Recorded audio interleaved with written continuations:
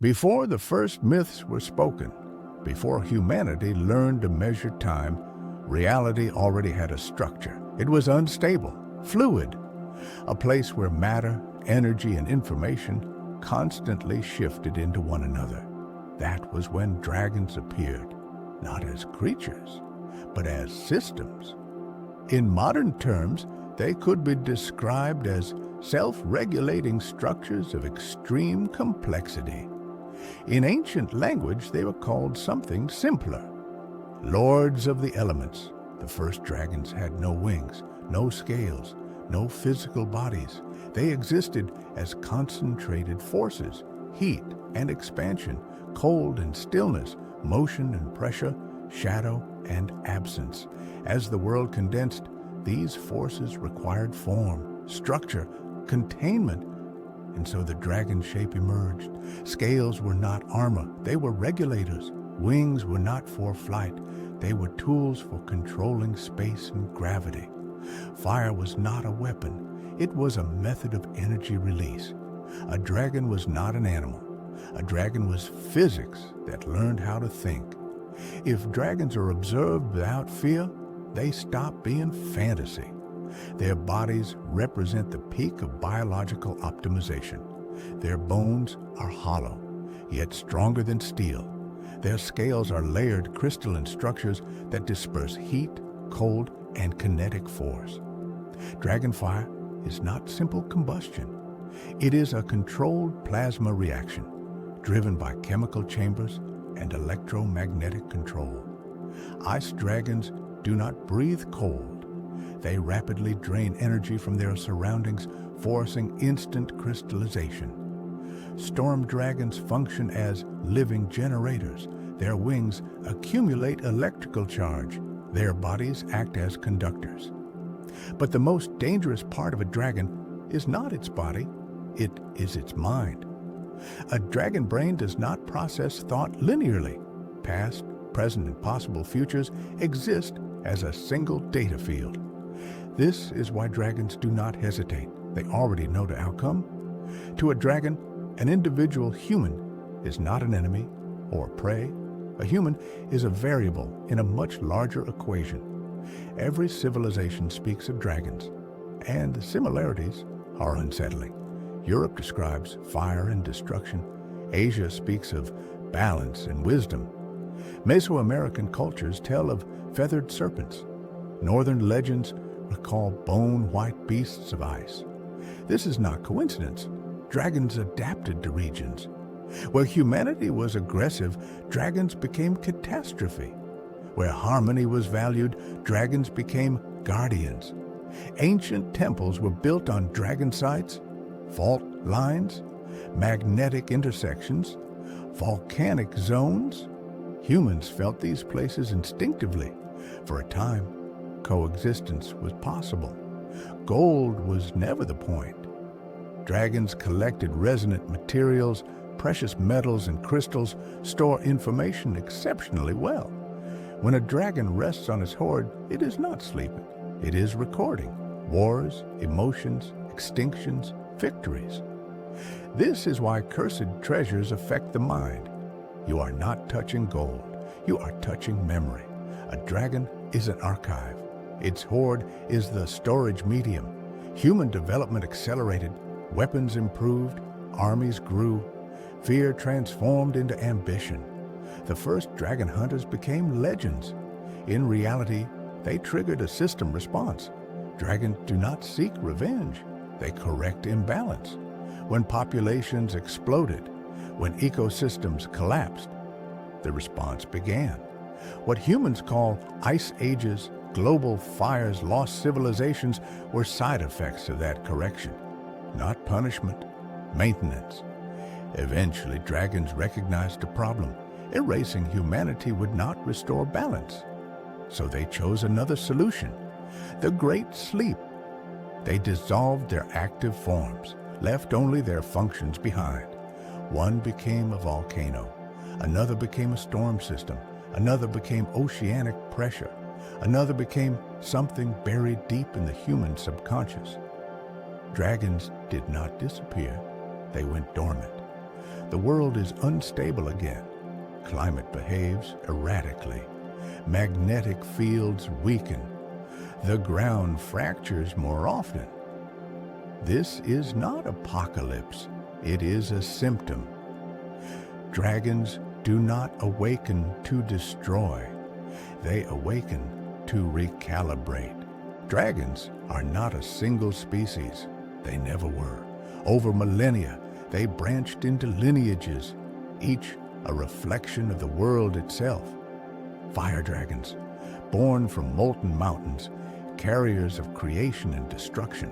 Their scales glow like magma, and their breath reshapes the land itself. Ice dragons, children of eternal frost, embodiments of stillness. They move silently, slow as glaciers, yet their presence chills the very air around them. Storm dragons, aerial titans, living conduits of energy. Lightning dances along their wings, thunder echoing wherever they fly. Earth dragons, massive, grounded, almost eternal. Their steps shape mountains, rivers, and valleys, carving history into stone.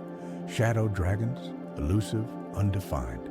They exist between moments, between thoughts, between dreams. One cannot see them fully. One can only feel them. Each lineage has its own mind, its own memory, its own moral compass. Together, they form the web of dragons, a network older than any human empire. Dragons are intelligent beyond measure, but not like humans. They do not use language in the conventional sense. They communicate through energy, resonance, and thought currents. Fire dragons manipulate molecular motion. Storm dragons manipulate electrical fields. Ice dragons manipulate entropy. Shadow dragons manipulate probability and perception. Humans call it magic. Dragons call it the application of knowledge. They perceive causality as a whole, not step by step. To a dragon, the outcome of any event is already a dimension in the mind. This is why dragons can appear almost prophetic. This is why humans cannot trap them or predict them. Some dragons, the eldest of the lineages, can project visions into human dreams. Others leave traces in the world itself. Volcanic ash, glacial ice, storm patterns. These are not accidents. They are messages. Dragons are often thought of as solitary, but this is a human misconception. They have social structures, not unlike the ones humans invent in fiction. Elders guide younger dragons. Some act as sentinels, guarding specific ley lines, mountains, or oceans. Others are scholars, recording the history of worlds in their own unique ways. Their rituals are not seen with human eyes.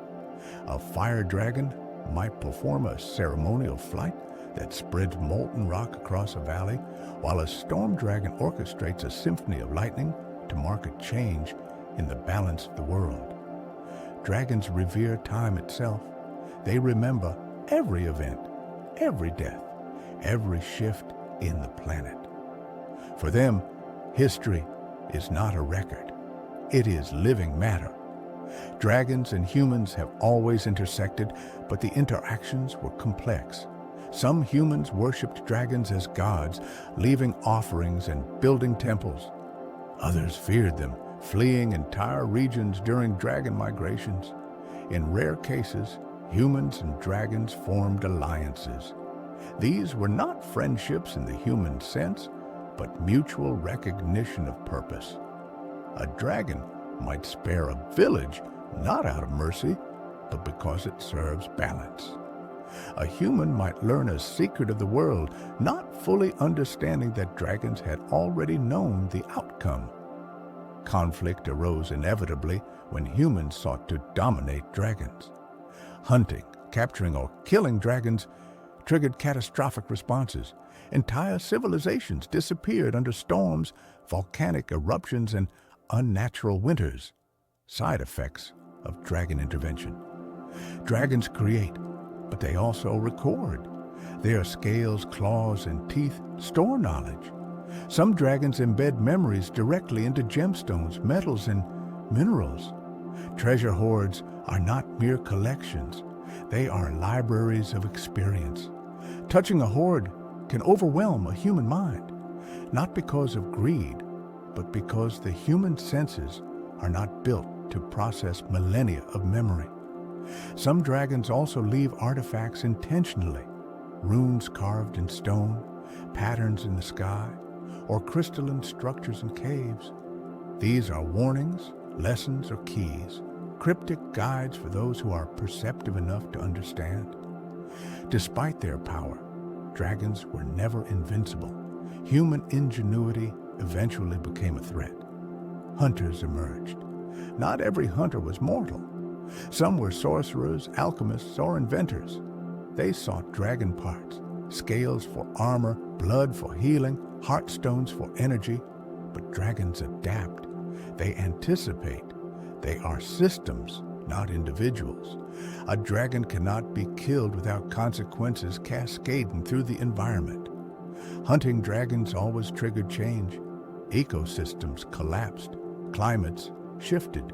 Humans often underestimated the scope of their actions. Dragons sleep now, but not like humans. The Great Sleep is a dormancy across dimensions. Dragons no longer act openly. They exist as lay energies, storms, volcanic systems, and subconscious impressions. Yet signs of awakening are everywhere. Erratic weather, strange magnetic shifts, unusual animal behavior. Dragons stir not for destruction, but for correction. The world's balance is fragile, and dragons are the mechanism. When dragons awaken fully, the world will notice, not because of fear, but because the planet itself will hum differently. Humans will feel tension. Lightning may strike where it should not, and volcanoes may stir without warning. This is not the end. It is a calibration. Humans may survive. Some may even thrive. But they must remember, dragons do not forgive, and they do not forget. They are the function of the world, the regulators of reality. They are older than time, and the world will always bend to them. Look at the sky, listen to the wind, feel the ground beneath your feet. Dragons are not myths. They are the deep mechanics of existence.